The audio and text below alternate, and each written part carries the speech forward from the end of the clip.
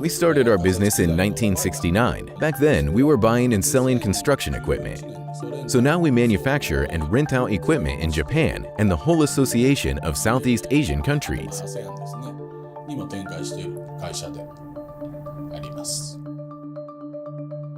We started working with CAD software almost 20 years ago.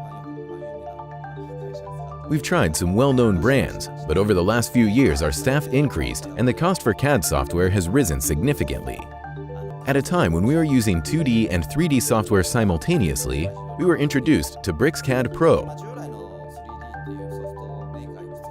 The first advantage of BricsCAD is its pricing. Combined with the perpetual license, BricsCAD is certainly one of the modeling software products that will play a role in expanding our business.